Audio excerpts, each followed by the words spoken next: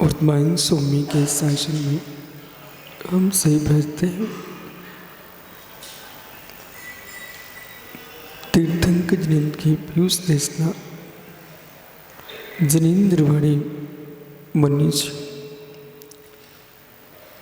जगत कल्याणी ये सर्वज्ञ शासन नमोस्तु शासन जयवंतो जयवंतो वितरा श्रवण संस्कृति। भगवान सर्वज्ञदेव ने वस्तु धर्म को नानत्व रूप, एकत्र रूप, सामान्य रूप, विशेष रूप, भिन्नत्व रूप, अभिन्नत्व रूप, नित्य रूप, अनित्य रूप, नाना दृष्टियों से जाना है। इस परम सत्य को जो नहीं समझ सके वे एकांत में डूब करके दुर्गति को प्राप्त हुए।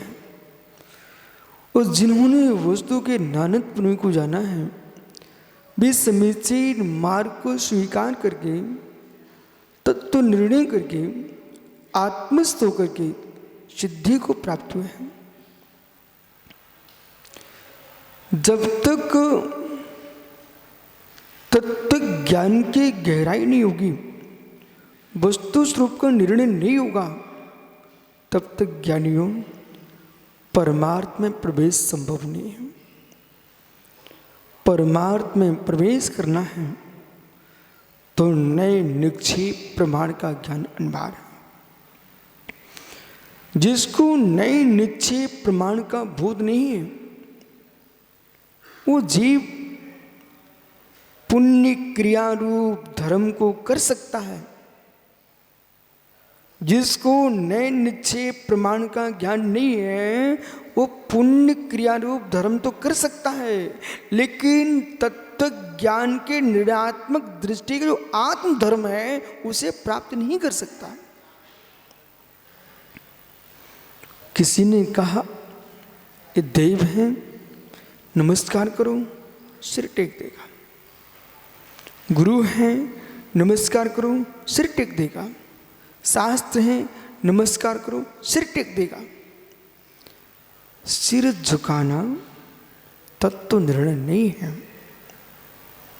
सिर क्यों झुकाना, किसको झुकाना, ये निर्णय करेगा। इसके उपरांत सत्यार्थ बोध को प्राप्त करेगा, वस्तु के वस्तुत्व में प्रवेश करेगा। और वस्तु जो वस्तुत्व है वो त्रिकाली है। जो वस्तु का वस्तुत्व है वो अन्वयभूत है। वस्तु का जो वस्तुत्व है वो अन्वयभूत है। वस्तु में अवस्थाएं हैं वे व्यतिरेकभूत हैं। वस्तु में अवस्थाएं हैं व्यतिरेकभूत हैं, वस्तु में वस्तुत्व है अन्वयभूत है। जैसे कि मिट्टी का पिंड मिटेगा, छत्रक बना, स्थास बना, कोश बना, कुसूल बना, घट बना। एक शिशु किशोर हुआ, किशोर युवा हुआ, युवा वृद्ध हुआ। ये अवस्थाएं बदली हैं, पर जिस ज्ञान के साथ जन्मा था वो ज्ञान उसका त्रिकालिक साथ में है। ज्ञान की अवस्थाएं बदल सकती हैं, गुण पर्यायें बदलती हैं, गुण नहीं बदलता। गुण पर्यायें बदलती हैं, गुण नहीं बदलता। गुण अन्वयभूत होता है, गुण सहभावी होता है, पर्याय क्रमभावी होती हैं। जो क्रम क्रम से बदल रही हैं उनका बदलना ही स्वभाव है। जो पर्याय को जानता है, गुण को जानता है, द्रव्य को जान लिया जिसने, वो तटस्थ हो जाएगा। अभी सबको समझ में आने वाला है। यानी एक वृक्ष में फल आ रहा है, आता आता फल देखते देखते वर्धमान हो गया, और वर्धमान होने के बाद रंग बदल गया, मधुर रस बन गया। चाहे तुम चखो चाहे ना चखो, उसको नष्ट होना नियत है। उस फल को कोई खाए अथवा ना खाए, लेकिन फल नष्ट होगा।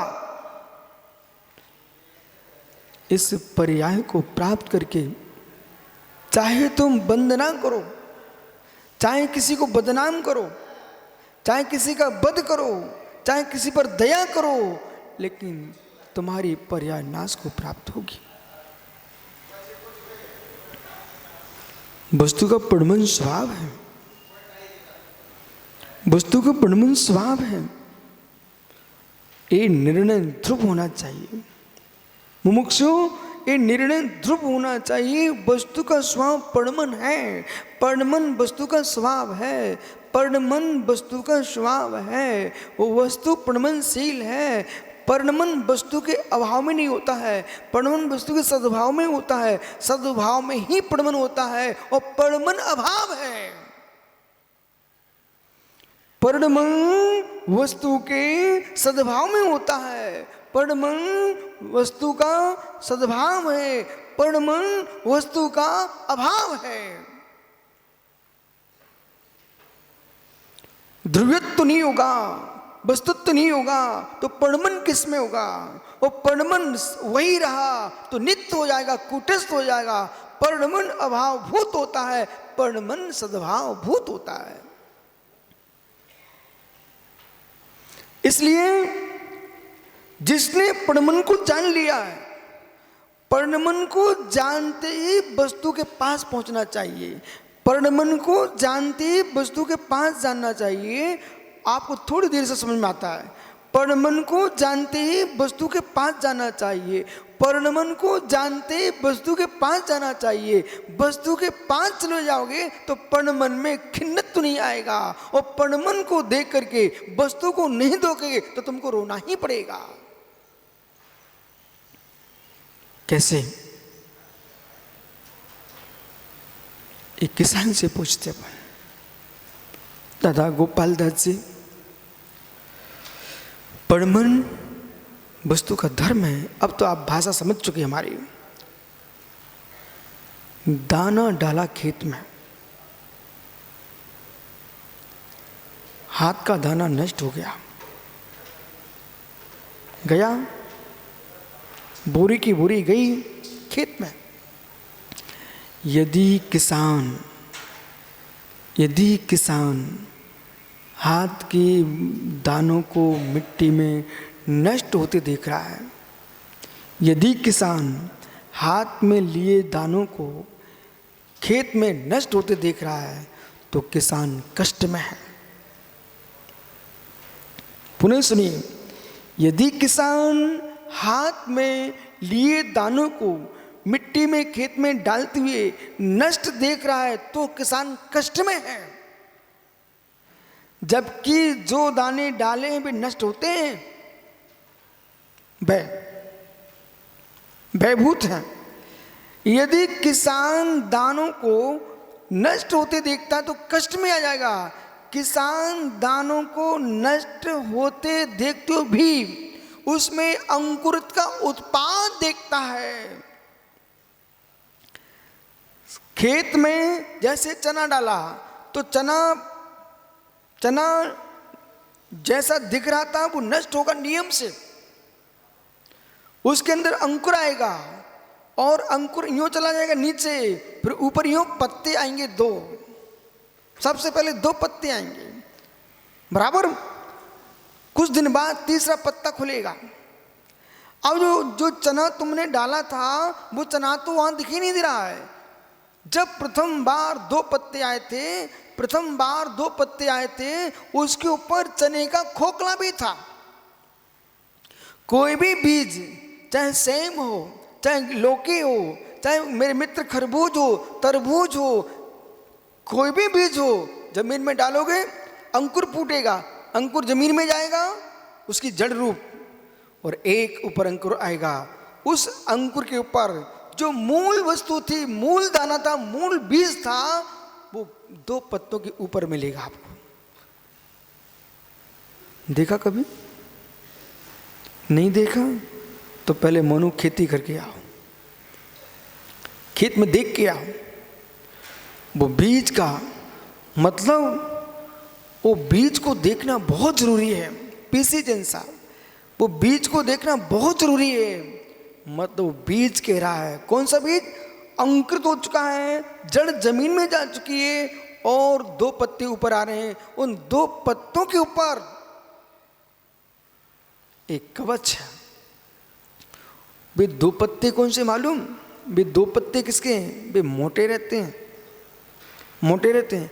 यथार्थ में जो मूल दाना बोया गया था, वह मूल दाने के अंदर अंकुर फूटता है, और बीज का अंकुर फूटने पर एक जड़ जमीन की ओर जा रही है, ऊपर जो अंकुर आ रहा 2 पत्ते, वो वास्तव में जो दुदल था, जो दुदल था चने का, वो दोनों दल ऐसे हो गए हैं।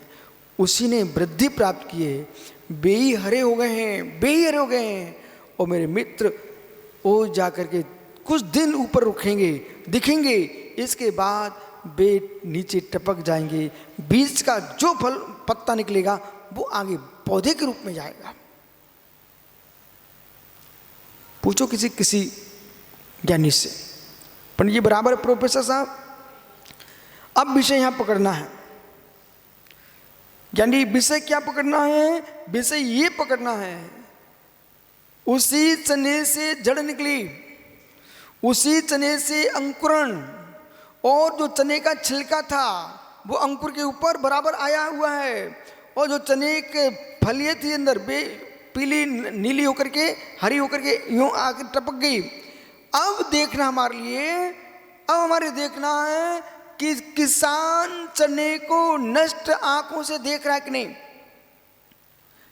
किसान चने को नष्ट आंखों से देख रहा है कि नहीं। ध्यान दीजिए मैं क्या बोल रहा हूं। किसान चने को नष्ट होते आंखों से देख रहा है, लेकिन विषय बहुत अंदर प्रवेश कीजिए।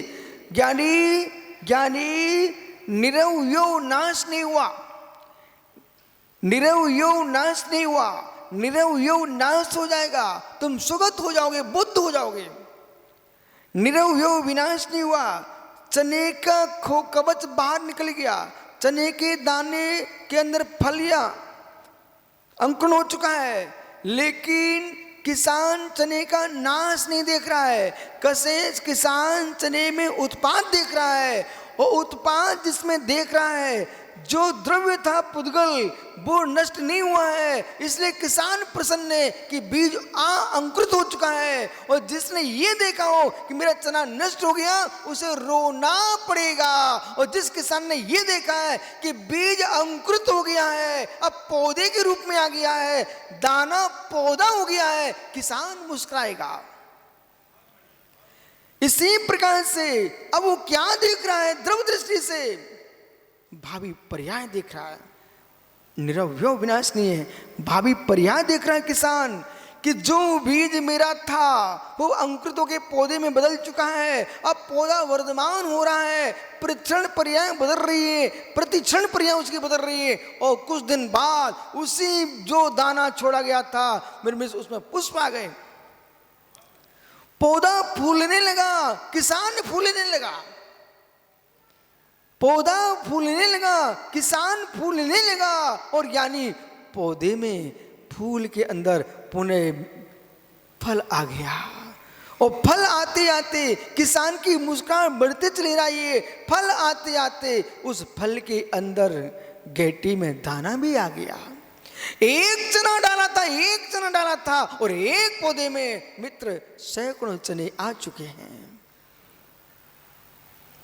किसान क्या देख रहा है मित्र? जो द्रव दृष्टि है,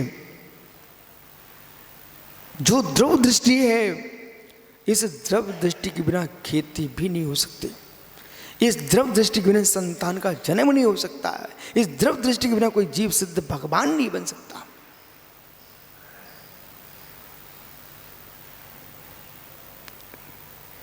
दाना नष्ट हुआ, बीज नष्ट हुआ, बीज नष्ट हुए बिना, भाषा चेंज कर रहा हूं, भाषा का परिवर्तन देखिए, विकृत हुए बिना उत्पत्ति होती नहीं। दादा गोपाल दास जी, विकृत हुए बिना उत्पत्ति होती नहीं। चमकता राजस्थानी फुलका, चमकता राजस्थानी फुलका, और उस पर बढ़िया घृत लगा दिया और चमक बढ़ गई। फिर ये राजस्थान से आया यानी टोंगिया, वो कहता है दादा गोपाल दास अपन दोनों राजस्थानी, फुलके की चमक देखो। बोले कैमरा मंगाइए। बोले जिनवाणी चैनल, पारस चैनल, अहिंसा, विशुद्ध देश, सारे कैमरे बुला लिए आप तो देश के, आज तक जितनी बन सकते हो। बोले क्या करूं? इस फुलके का फोटो खींचो। वो राजस्थान का चमकता फुलका जिस पर घृत लगा हुआ है, फुलके की सुंदरता देख करके गोपाल दास जी कहते हैं टोंगिया जी, अपन दोनों राजस्थानी, इस फुलकों को सुरक्षित कैसे रखा जाए? मेरे मन नहीं कर रहा है इसे कोई खाए, बर्बाद हो जाएगा। मालूम चला 50 फुलके बने, 4-5 लोग भोजन करने वाले थे, वे 50 फूल गए, 50 सुंदर लग रहे। अब इन 50 फुलकों की सुंदरता देखना है तो फोटो खींच खींच करके उनको बढ़िया सुंदर कक्ष में फुलकों को जमाना शुरू कर दिया। मित्र, फुलके जमा दोगे तुम्हारा पेट नहीं फूल पाएगा। फुलके अलमारी में जमा दिए तो तुम चारों के चारों भूखों मर जाओगे। पर दया आ रही थी फुलके बिगड़ जाएंगे तो या तो फुलकों को बिगाड़ो या रक्त सुखाओ। फुलकों को बिगाड़ो या रक्त सुखाओ, आपके प्राण जाएंगे। सिद्धांत क्या कहेगा? चाहे तुम फुलके बिगाड़ो ना बिगाड़ो, समय पर फुलके बिगड़ ही जाएंगे। 24 घंटे के अंदर अंदर ये फुलके पिचक ही जाएंगे। उधर अलमारी में रखे फुलके पिचकेंगे, इधर तुम्हारा शरीर भी पिचक जाएगा। बिगाड़ में बिगाड़ मत देखिए, बिगाड़ में बिगाड़ मत देखिए, बिगाड़ में सुधार देखिए। तो मेरे मित्र, फुलके तो नष्ट होंगे पर तुम नष्ट नहीं हो पाओगे। बिगाड़ में बिगाड़ देखिए। प्रोफेसर भाई दमो, मित्र, दार्शनिक दृष्टि, वस्तु की दृष्टि पर व्याख्या तुम सुन रहे हो। मित्र, वस्तु के अंदर प्रवेश कीजिए। फुलकों के अंदर रक्त नहीं है, रज नहीं है, रस नहीं है, वीर नहीं है, संतान नहीं है। परंतु यदि ये सब कुछ हो गए ना तो कोई साधु फुलका नहीं खाएगा। फुलके में रक्त हुआ तो कैसे खा सकते फुलके को?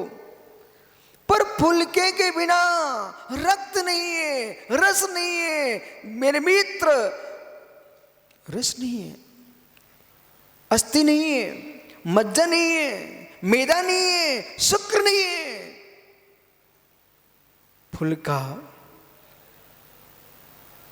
इन सब से रहित है, पर वही फुलके की अंदर योग्यता है, वो सप्त धातु रूप परिणत होगा। बिगाड़ हुआ कि उत्पत्ति हुई, फुलका नष्ट हुआ कि उत्पन्न हुआ। जब तक फुलका नहीं बिगड़ेगा तब तक रस आदि शरीर में शुक्र आदि नहीं बन पाएंगे। लेकिन मित्र, बिगाड़ देखने वाला, वे देखने वाला, वह देखने वाला नाश देख रहा है, वह देखने वाला नाश देख रहा है, और रक्त को बनते देखने वाला उत्पाद देख रहा है। तटस्थ पुरुष वस्तु का वस्तुत्व देख रहा है। जो फूल के रूप में था वही भोजन बन करके रस रूप आदि रूप परिणत हुआ है, और जो शेष अवशेष द्रव्य था वो मल रूप में निकला है।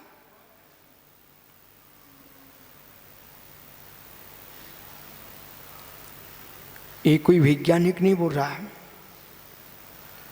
ये कोई वैज्ञानिक नहीं बोल रहा है, पर आप स्वयं सोच के बताइए, क्या वैज्ञानिक नहीं बोल रहा? तथा गोपाल लाल जी कोई वैज्ञानिक नहीं बोल रहा है, आप स्वयं खोज के बताइए, क्या वैज्ञानिक नहीं बोल रहा है? ऊपर ले चलो, जब वेदांत में प्रवेश करते हैं हम, तो वेदांत कहते हैं अन्नम वै प्राणम, अन्न से प्राण की उत्पत्ति मानते हैं। हम जैन दर्शन के पास ले चलते हैं आपको, कर्म का 9 कर्म होता है। जो उन्होंने कहा अन्न से संतान जन्म लेती है, तो अन्न से संतान जन्म लेती है, वेद बोल रहा है अन्न से संतान जन्म लेती है। अन्न से संतान जन्म लेती है तो अन्न तो ये दाना चना का पड़ा हुआ है, गेहूं का पड़ा हुआ है, चावल पड़ा हुआ है, इससे कहाँ संतान हो रही है? अरे मित्र, अन्न से संतान होती है, अन्न से दुग्ध होता है। ओहो, परंतु 9 कर्म की दृष्टि से कथन है, अन्न खाएगा, रस रक्त बनेगा, शुक्र बनेगा, रज बनेगा, मिश्रण होगा, संतान का जन्म होगा। ये कारण में कार्य का उपचार। गोमट सार कर्मकांड से मिलता हूं, साक्षात आप शायद पढ़ रहे हो ना। मित्र, सिद्धांतों का अध्ययन करो, वाचन करो, लेकिन उसका समीकरण, अनुभूतियां ये गुरु के पास आपको मिलेंगी, उसको आगे बढ़ाओ। 9 कर्म, इसको हमने संज्ञा क्या दी? 9 कर्म। रस, अन्न से रस बनेगा, रक्त से रक्त बनेगा, रक्त से अस्थि मज्जा शुक्र बनेगा, उससे प्रजा संतान का जन्म होगा। तो अन्य क्रम से कर्म का 9 कर्म बनते बनते, हेतु बनते बनते उसने संतान को जन्म दे दिया। जब संतान को जन्म दे दिया, अज्ञानी फिर भी रोते मिलेगा, अज्ञानी फिर भी रोते मिलेगा, मेरे मुट्ठी का दाना चने का खेत में नष्ट हो गया। अज्ञानी रोते मिलेगा, मेरे चने का दाना खेत में नष्ट हो गया। और ज्ञानी मुस्कुराते मिलेगा, मेरे चने का दाना घर में आंगन में खेल रहा बच्चा, घर के आंगन में खेल रहा बच्चा, उसमें चने का दाना है, उसके चैतन्य में नहीं है, उसके तन में है।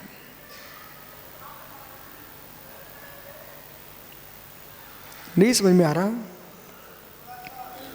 नहीं समझ में आ रहा? दिनेश भाई पंडित जी गंभीर क्यों? नहीं समझ में आया? किसान अज्ञानी रो रहा था, मेरे चने का दाना नष्ट हो गया। जो ज्ञानी किसान था वो मुस्कुरा रहा है, आहा। पूर्व में चने बोए थे 1 वर्ष पहले, वे चने मेरी पत्नी ने खाए, मैंने खाए, पत्नी ने खाए, रज बना, मैंने खाए, वीर बना, और उस दोनों के नियोग से संतान आज मेरे आंगन में सुंदर सुहावना गोरा बच्चा खेल रहा है, क्योंकि चने खाए थे। ये जो चने खाए थे, उस चने का अंश इस बेटे के तन में है कि नहीं? बेटे के तन में है कि नहीं? चेतन में नहीं है, चेतन में नहीं है, तन में है। चैतन्य किसी से उत्पन्न नहीं होता, अविनाशी है। बराबर। अब आगे बढ़िए आप, हर वस्तु की विनय करना सीखो। शायद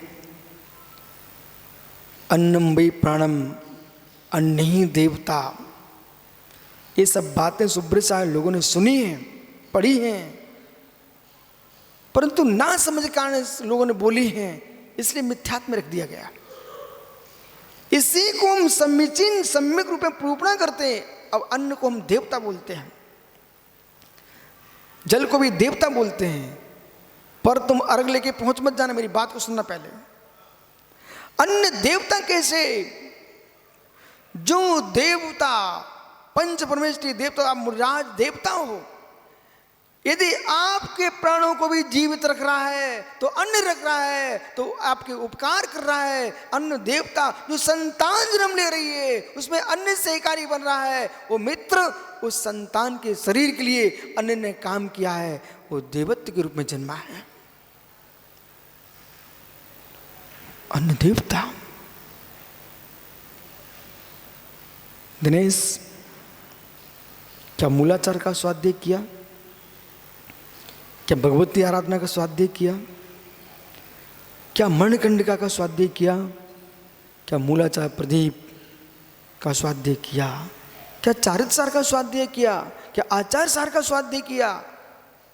हे मित्र, दादा गोपाल दास जी, ये लोग क्या देखते हैं? राजू पांड्या नहीं है आज। ये लोग क्या देखते हैं मालूम? मित्र पांड्या, ये क्या देखते हैं? ये चीटी पे पैर मत रख देना, हिंसा हो जाएगी। मित्र, चीटी पर तो पैर नहीं रख देना। ये जैन दर्शन कह रहा है, धन्य मुनियों की चर्या, सूखे गेहूं का दाना यदि पड़ा ना जमीन पर, हम लोग उस पर भी पैर नहीं रखते।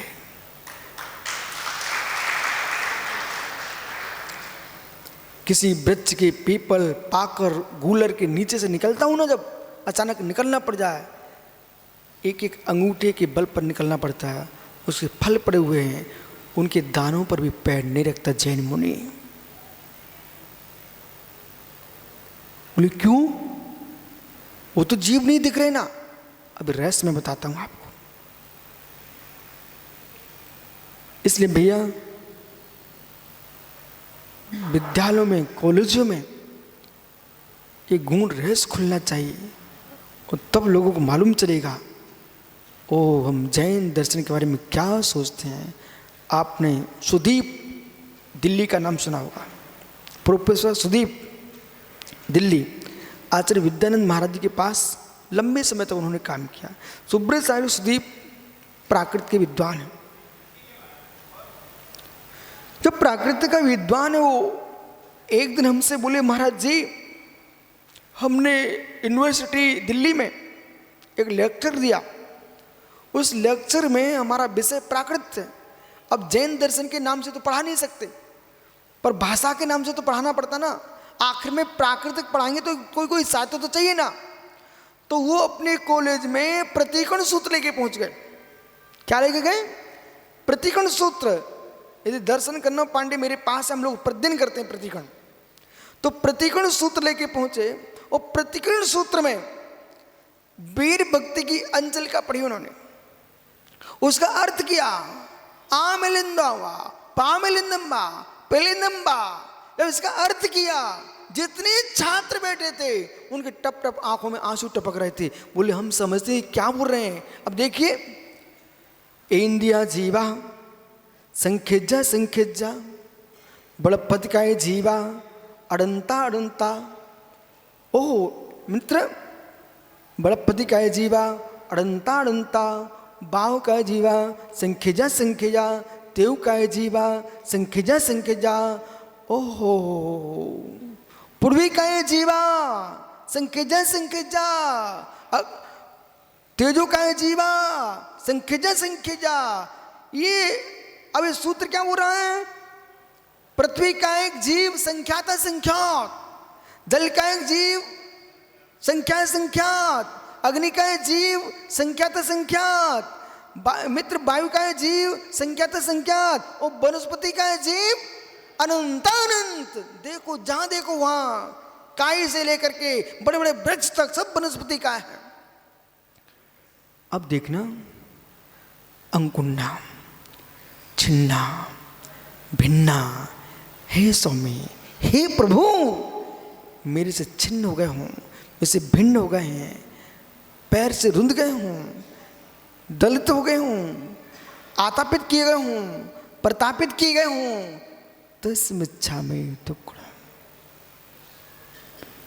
मेरे दुष्कर्म मिथ्या हूं, मैं प्रतिकरण करता हूं, प्रतिज्ञान करता हूं, प्रायश्चित लेता हूं। दाने पर पैर, आप कहते अन्न देवता पर पैर मत रखो, जो कह रहा है अन्न देवता पर पैर मत रखो। पंड्या, भारत में दूध की पूत की बिक्री नहीं होती थी। पांड्या, भारत में दूध की पूत की बिक्री नहीं होती थी। समय कैसा बदल चुका है, दूध भी बिक रहा है और पूत भी बिक रहे हैं। दहेज के नाम पर बेटों की बोलियां लग रही हैं और मेरे मित्र धन के नाम पर दूध भी बिक रहा है। जिस देश में दूध नहीं बिकते थे, पूत नहीं बिकते थे, दूध की नदियां बहती थी, खून नहीं बहता था, वो भारत है उसका नाम। क्या शुभम का बिक्री करोगे? क्या बढ़ोगी करोगे? क्या मित्र, बेटों की बिक्री बंद करना, धर्मात्मा कन्या को देखना।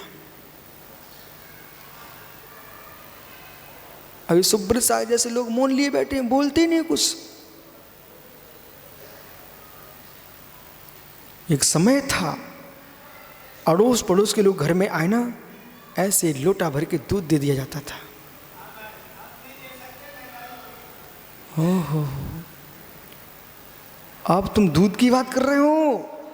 मट्ठा बिक रहा, मट्ठा। अभी मैं गया था आचार्य विमल शाह के दर्शन करने के लिए बाहुली स्वामी के, वहां एक दुकान पर लिखा था ठंडा मीठा मसालेदार मट्ठा।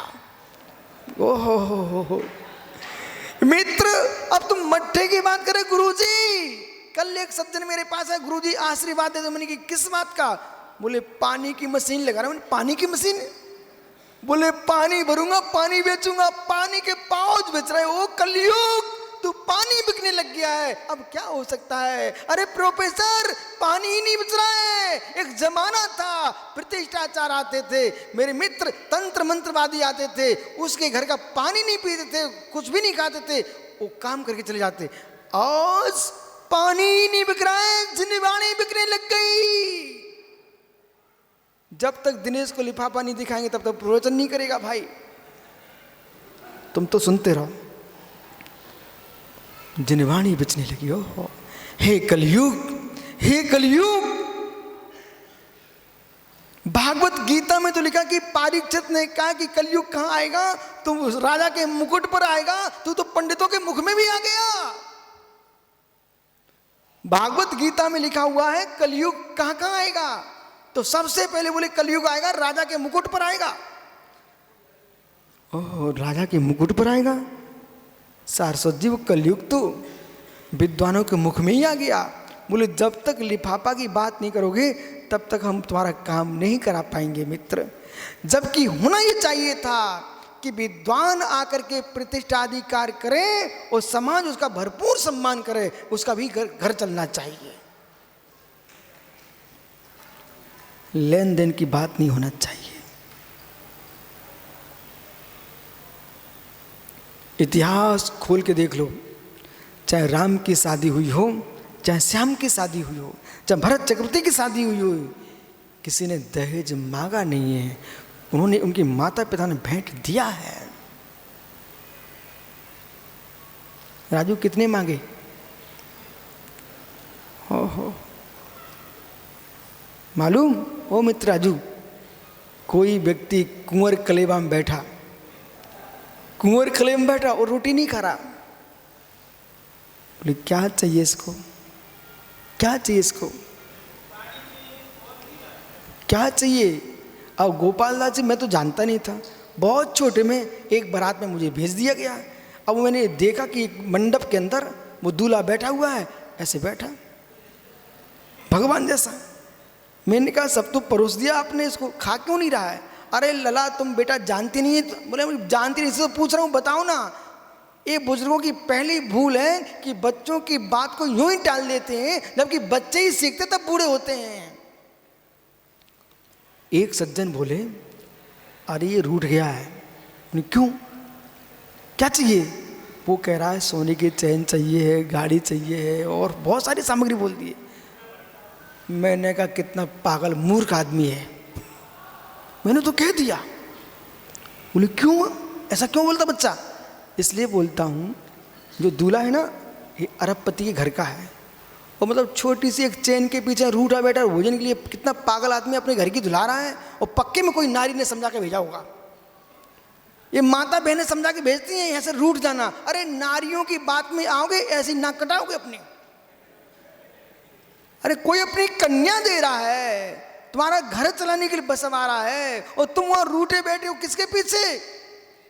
एक छोटी सी साइकिल के पीछे। पागल, साइकिल क्या महत्वपूर्ण है। इसलिए आज जितने युवा यहाँ बैठे हुए हैं, बेटा सम्मेलन में नियम ले लो कि दहेज नहीं मांगेंगे। हाथ ऊपर करो जरा। बहुत बढ़िया, मतलब शादी करोगे ही करोगे। जितने उनके माता पिता बैठे ना, ये वाले चतुर लोग हैं, जब तक बिटिया घर में होती तो कहते दहेज नहीं मांगना चाहिए, और लड़का हो जाता तो शांति बैठ जाते, बोले अब तो मिलना चाहिए। आइए माताओं, तुम भी तो किसी की कन्या हो। तुम्हारे पिता के साथ जब बीतती होगी तो तुमको बुरा लगा कि नहीं लगा? तो अपने बेटे की शादी के काल में इतना निर्णय कर लेना, अब हम किसी के माता पिता को दुखित नहीं करेंगे, पक्का? आइए, विनय, विषय पकड़ना। विषय क्या? विनय। और राहुल, तुम तीनों से भी कहना मेरा, सबके घर बस गए? नहीं बसे? पैसा मांगोगे? बोले महाराज जी अब तो उल्टा काम है, आप तो हमको बता दो कितने दे दे, हमारी शादी तो करा दो। अरे मित्र क्यों तू ये तड़प रहा है? मेरे साथ चल, भगवान बना दूंगा तुझे, शादी की क्या बात कर रहा है? ज्ञानी विनय, कारण कार व्यवस्था, पर्याय पर्याय नष्ट अवश्य होती है, पर्याय नष्ट अवश्य होती है, पर पर्याय नाश करा के नहीं जाती है, उत्पाद करा के जाती है। जैन दर्शन बौद्ध दर्शन में यही अंतर है। सुगत कहते हैं नष्ट हो गया, प्रध्वंसा भाव हो गया, मतलब प्रध्वंसा भाव को निरवनव विनाश मानते हैं। प्रसंजित तुच्छा भाव, तुच्छा भाव, बुद्ध कहते तुच्छा भाव, और जैन कहता है नाश नहीं हुआ है, परिणमन हुआ है, उत्पाद को देके गया है। मिट्टी का पिंड मिटा है तो घट देके गया है। मिट्टी का पिंड मिटा है तो घट देके गया है।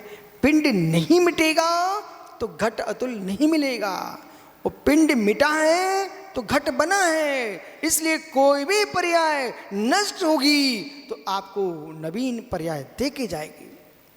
अब आइए, क्या नहीं,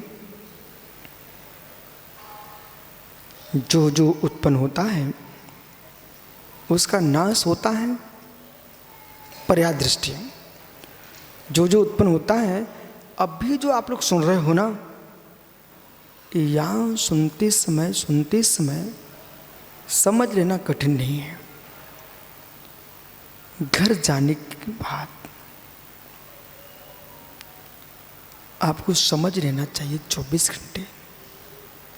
कहाँ गए अनिल कासीवाल जी? मित्र जो यहाँ सुन रहे हैं ना, ये समझ लेना चाहिए 24 घंटे। कैसा? पूछो गुरुजी कैसा? समझ ऐसी रहना चाहिए। एक अंदर की बात कर रहा हूँ, हे प्रभु, हे परमेश्वर, यदि आप मेरी बात कहीं सुन रहे हो, वो आशीर्वाद देते हो, तो मुझे ये आशीर्वाद दे देना। यद्यपि मैं मानता हूँ आप आशीर्वाद देते नहीं हो, आप वरदान देते नहीं हो, क्योंकि परमेश्वर हो, कृत हो। फिर मैं भक्ति की भाषा बोल रहा हूँ, प्रभु आप मेरी बात सुनते हो, आप मेरी बात को समझ रहे हो, तो हे परमेश्वर, हे जगदीश्वर, हे जनेश्वर, हे अरिहंत, मेरी बात सुन लीजिए। मेरी अंतिम श्वास के काल में मेरी विवेक बुद्धि का नाश न हो पाए, शरीर का नाश नियत है।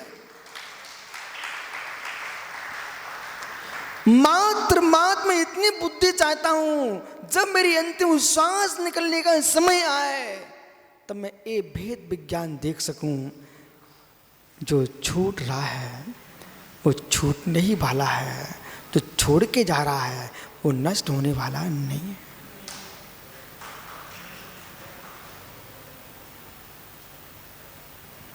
क्या हुआ? जो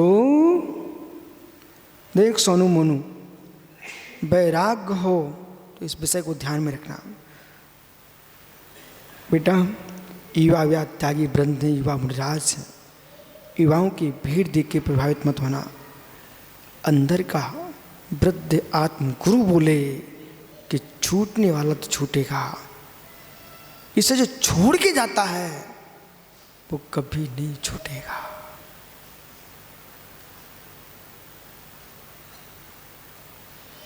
अनिल भैया, एक मन का भाव है, जो व्याख्यान इस देश में गृह में चल रहा है, ये व्याख्यान विश्व के विश्वविद्यालयों में चलना चाहिए,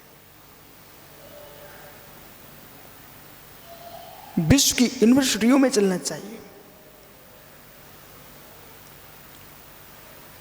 सांसद सभा देश नहीं चलाती, राज्यसभा देश नहीं चलाती, विश्वविद्यालय विद्यालय ये देश चलाते हैं। देश की शिक्षा श्रेष्ठ होगी तो सांसद और राज्यसभा में श्रेष्ठ लोग पहुंचेंगे, और शिक्षा हीन होगी तो वहां पर हीन लोग पहुंचेंगे। इसलिए यदि राजू पांड्या राष्ट्रपति के लिए सम्मान देता है, उसे चौगुना सम्मान तुझे अपने विद्यालय के अध्यापक को देना चाहिए कि तुम्हारे देश के लिए, तुम देश के लिए श्रेष्ठ बनाने की ताकत तो तुम्हारे पास है। और प्रोफेसर साहब, मित्र, अंदर की बात समझो मेरे मित्र, मैं भी छात्रों का पालन कर रहा हूं। तुम्हारे यहां तो घंटे 2-4 घंटे के लिए आते, 5 घंटे के लिए आते हैं, मेरे पास तो मेरे छात्र जीवन पर्यंत के लिए आए हुए हैं। लेकिन बात ऐसी है, एक नन्हा सा पोता कासरीवाल जी का, उसकी पोते की दादी बच्चे को छोड़ना नहीं चाहती, उसकी माँ अपने आंचल से बाहर नहीं करना चाहती है, पड़ोसी घर में नहीं भेजना चाहती है, फिर भी एक अध्यापक के पास, अपरिचित आदमी के पास 10-12 घंटे के लिए, 5-6 घंटे के लिए कैसे अपने जिगर के कलेजे को, बच्चे को राजा कैसे अध्यापक को बेट सौंप देते हैं। कितना विश्वास है उनका, कितना विश्वास है अध्यापक के प्रति कि मेरा बेटा पढ़ के आएगा, कुछ बनेगा। अब तुम्हारा कर्तव्य है, मिट्टी ने अपने आप को लौंदे के रूप में सौंप दिया कुम्भकार को, अब चाहे तुम मटका बनाए, चाहे खिलौना बनाए, तेरे हाथ में है। ऐसे देश के छात्रों को चाहे तुम मेरे मित्र आतंकी बनाओ, चाहे तुम साधु बनाओ, चाहे सैनिक बनाओ, ये तुम्हारे हाथ में है।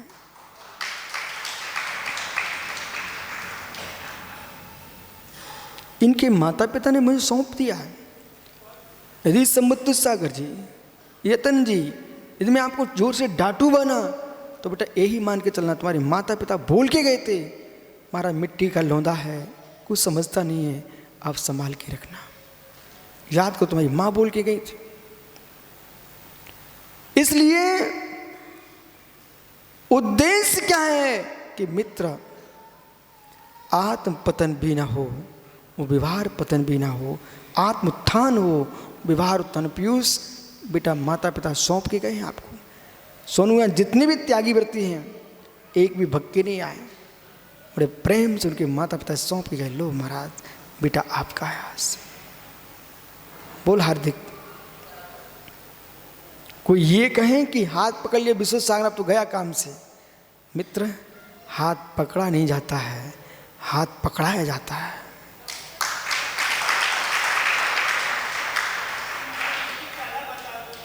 पंडित जी मुझे भी मेरे गुरु के पास लोग सौंप के ही गए थे, सौंप के गए थे, बाकायदा विधि पूर्वक ऐसे हाथ में पकड़ा के गए थे। आप बैठे थे वहां पर, हाँ, सौंप के गए थे। उससे क्या होता है, अंतर समझना। यदि दिनेश भाई किसी की कन्या को उठा के लाए, जीवन में सुख तो भोग सकता है पर कलंक नहीं मिटा पाएगा। उठा के लाया था, राक्षसी विवाह।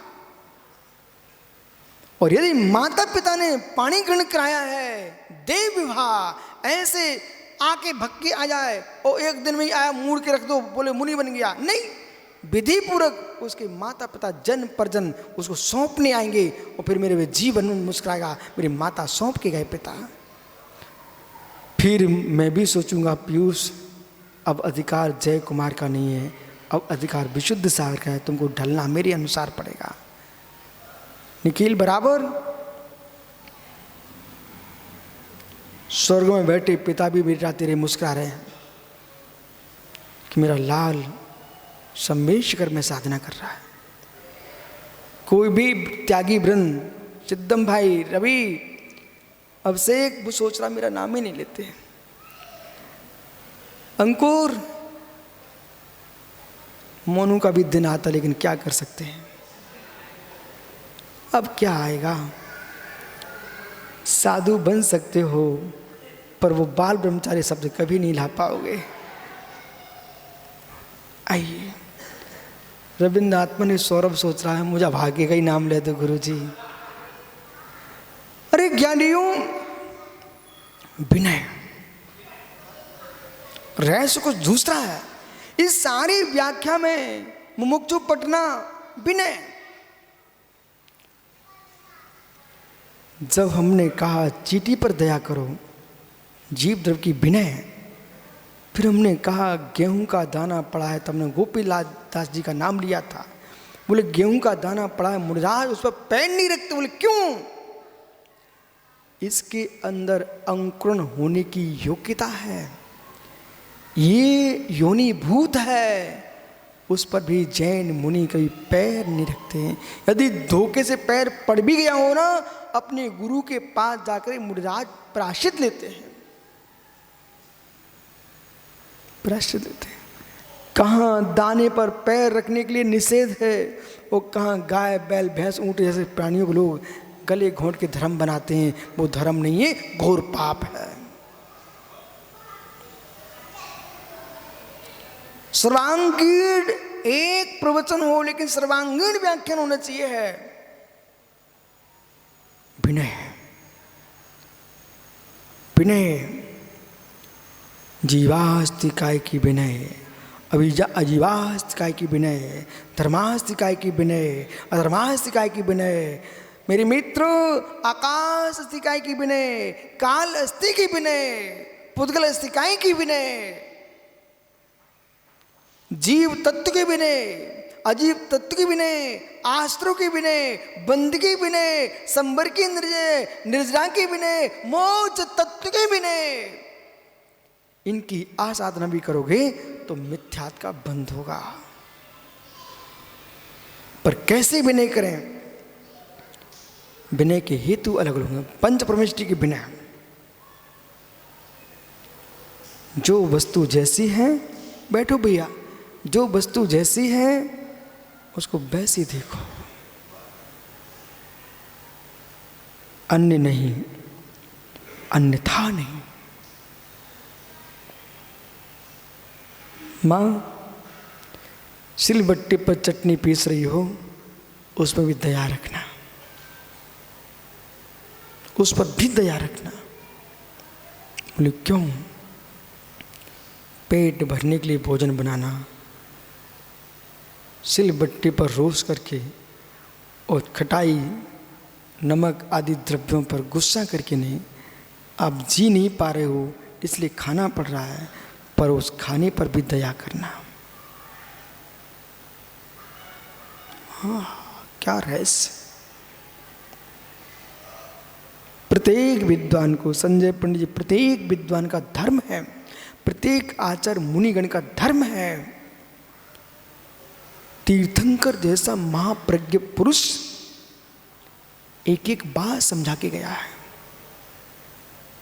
जो भगवान ने समझाया है वो आपको सबको समझाना चाहिए। ताली पिटाई मात भाषण न हो, मुंह का ताला टूटे ऐसा भाषण हो। ताली पिटाई वाले मात प्रवचन न हो,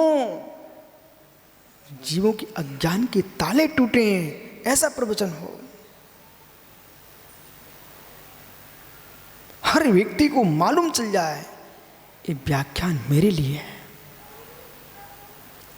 एक एक सभा का सदस्य इस बात को स्वीकार करे, ओह सत्यार्थ है, भूतार्थ है, समीचीन है, वास्तविक है, यथार्थ है, समीचीन है, यही है, ऐसा ही है, अन्य नहीं, अन्यथा नहीं।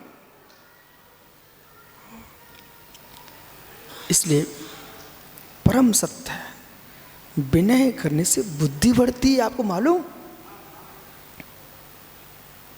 विनय करने से बुद्धि बढ़ती है, स्वयं की भी, करने वाले की भी, और जिसकी कर रहा है उसकी भी बुद्धि बढ़ती है। कैसे बढ़ेगी? दुलार से गाय पर हाथ फेरो, प्रेम से घास खिलाओ, प्रीति बढ़ती गाय की और दूध बढ़ता है। जो लोटा भर देती थी तुमको बाल्टी भर देगी। दुलार देना सीखो। तुम गुरु की विनय करो, गुरु तुमको विनय से आशीर्वाद देगा। दोनों प्रसन्न रहेंगे, और प्रसन्न रहेंगे तो विशुद्धि बनेगी, विशुद्धि बनेगी तो ज्ञान टपकेगा। संकलेशता से कभी किसी भी गुण की वृद्धि नहीं होती। मुमुक्षु पटना एक प्रश्न का उत्तर देगा क्या भाई? आग लगाने से कितनी वनस्पतियां हरी होती हैं? मेरे पास समय नहीं है, घड़ी देखो। यानी आग लगाने से कितनी वनस्पतियां हरी होती हैं? झारखंड में, बिहार में, उड़ीसा में, पश्चिम बंगाल में, कर्नाटक में, तेलंगाना में, मध्य प्रदेश में, मेरे मित्र उत्तर प्रदेश में, सब जगह तो लोग बैठे हुए। बताओ, कोई तो बोल दे।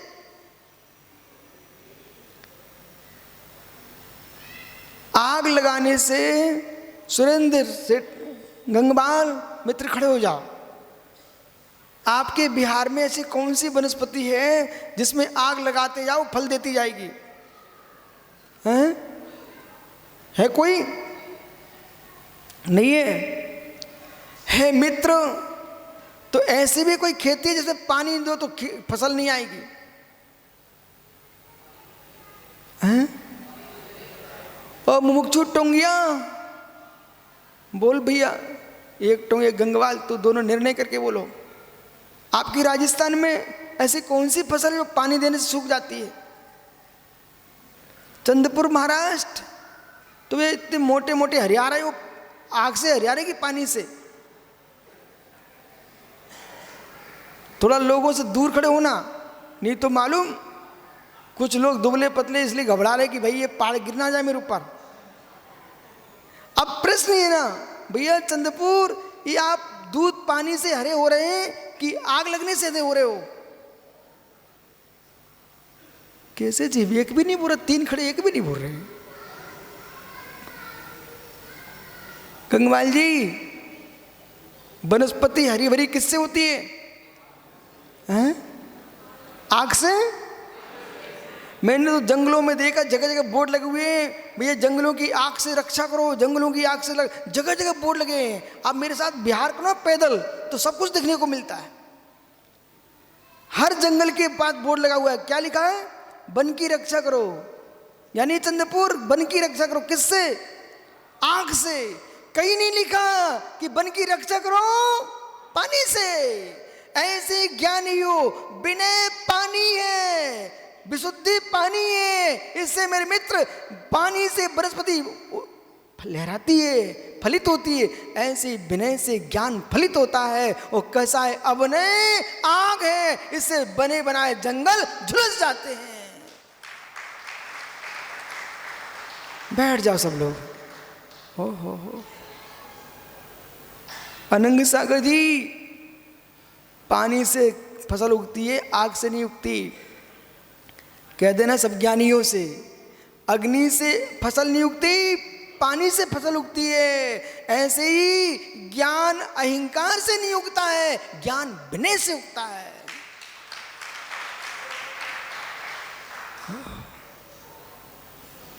तम्मा सब पैते मालूम मालूम। छिप्रा सूख जाती ना सुब्रत सागर जी, यहाँ उज्जैन का कोई बैठा, उज्जैन का कोई श्रावक है क्या? छिप्रा सूखते ना, छिप्रा, तो नर्मदा का पानी मिला देते। सुना आपने? अभी वर्तमान की योजना में भारत सरकार ने कितनी छोटी छोटी नदियों को बड़ी बड़ी नदियों से मिला दिया है। बोले सूखा नहीं पड़ना चाहिए, हर जगह पानी की व्यवस्था।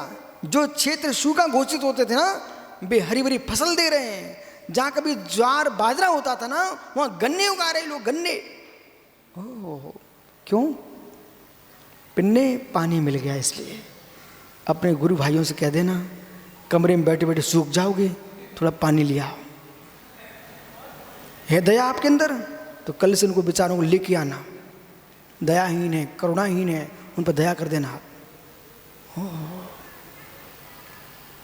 अनुपम, समय पे पानी लगेता खेत में तो फसल अच्छी आती है, असमय में लगाओगे तो आई फसल सड़ जाती है। इसलिए समय पे आया करो। तो माँ एक शब्द का प्रयोग किया है, मतलब कितनी दूर खेत हो, जिसने गेहूं बोए हैं, 2 पानी 3 पानी 4 पानी 5 पानी उसको चाहिए पड़ते ना। और आप तो झारखंड में रह रहे हो, धान के लिए चावल के लिए तो पानी पानी चाहिए ना। कितनी दूर पानी हो, लेकिन लोग नहरों के माध्यम से, छोटी नहरों के माध्यम से, नलकूप के माध्यम से, कुओं के माध्यम से पानी भेजते खेत में। बराबर है कि नहीं है? आत्मन रविंद्र भाई पानी भेजते हैं कहाँ पर? फसल में, क्योंकि उनको मालूम है बिना पानी की फसल उगा नहीं पाएंगे। आचार्य भगवान क्या लिख रहे हैं यहाँ पर? ये मूलाचार की गाथा है। यहाँ पर 472 नंबर की गाथा है और मूलाचार में 591 नंबर की बात है। तम्मा शैल पित्ते पयत्ते, जैसे पानी के लिए प्रयत्न करना पड़ता है, ऐसे ज्ञानी पुरुषों के लिए सभी प्रकार से प्रयत्न करके विनय ना कदम छिंडज्जई, हर काम छूट जाए तुमसे, लेकिन विनय नहीं छूटना चाहिए। एक बार खाद नहीं दे पाए चलेगा, पर पानी नहीं दिया तो नहीं चल पाएगा। विनय नहीं छूटना चाहिए, विनय नहीं छूटना चाहिए। ग्रंथों की विनय, निर्ग्रंथों की विनय, अरिहंतों की विनय। रवि बेटा, अंतिम श्वास का दिन क्यों ना जाए, अपन जाते आते संभव सागर जी के पास, कहो सुब्रत सागर जी वे कैसे पिच्छु उठाते हैं। कहते भावलिंगी मुनियों को नमस्कार। मित्र, कल्पना करो, क्यों निर्गंथों की विनय करोगे, अरिहंत बनोगे, अरिहंत बनोगे। विनय ना छिंडत जाइए, विनय नहीं छोड़ना चाहिए। मालूम, सुबह से ये मुरजाज गए बंदना के लिए आचार्य में प्रशंसा गई, कितने उपवास कर रहा है, परंतु जैसे उन्होंने संघ को देखा तुरंत पिच्छु तक नमस्ते कर रहे थे। तपस्या कर रहे तब भी ज्ञानी जीव नमस्कार कर रहा है, और एक जीव रोज आहार करे, रोज पानी पिए, तब भी निर्गंतों की विनय के भाव नहीं आए। ये पुण्य छीणता है। जिनके पुण्य क्षीण हैं वे विनय नहीं कर पाएंगे। जो पुण्यवान पुण्यवंत हैं वे ही परमेश्वर की विनय कर पाएंगे। मां चंडित जी अपुषदोई पुरुषो खवेदी कम्मे डिबिणाएना। ओहो, क्या लिखा है यहाँ पर महात्मा साक्षागी? गाथा है आपके पास क्या? अल्प श्रुतो भी, खोल लो भैया गाथा में क्या लिखा है। अल्प श्रुतो भी अल्प ज्ञानी, अल्प श्रुतवाना, अल्प ज्ञानी होने पर भी पुरुषो, अल्प ज्ञानी होने पर भी जीव खवेदी कम्मानी विनय करने से कम ज्ञान होने पर भी अपने कर्मों का क्षय करके भगवान बन जाता है। इसलिए भैया जो श्रुतवंत हैं वे भी विनय बनतो, जो श्रुतहीन है वे भी विनय बनतो। श्रुत का फल विनय है, तो मेरे मित्र विनय का फल श्रुत है। जाओ, आपका समय हो गया, कल फिर आओगे। आचार्य महाराज ने पहले विनय तप की व्याख्या की, जब विनय होगा तो भैया वृत्ति करेगा, तभी तो सेवा कर पाएगा। कल अपन चर्चा करेंगे भैया वृत्ति। जियो और जीने भी दो, अहिंसा परमो धर्म। सूत्र है जियो और, सूत्र है जियो और।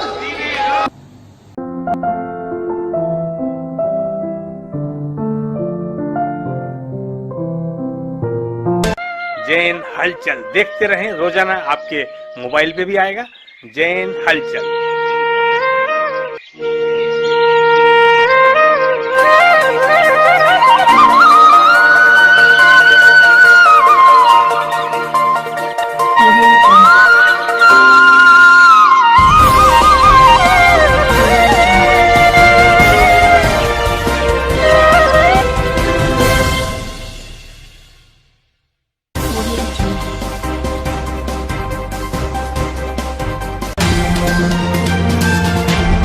जियो और जीने भी दो, अहिंसा परमो धर्म।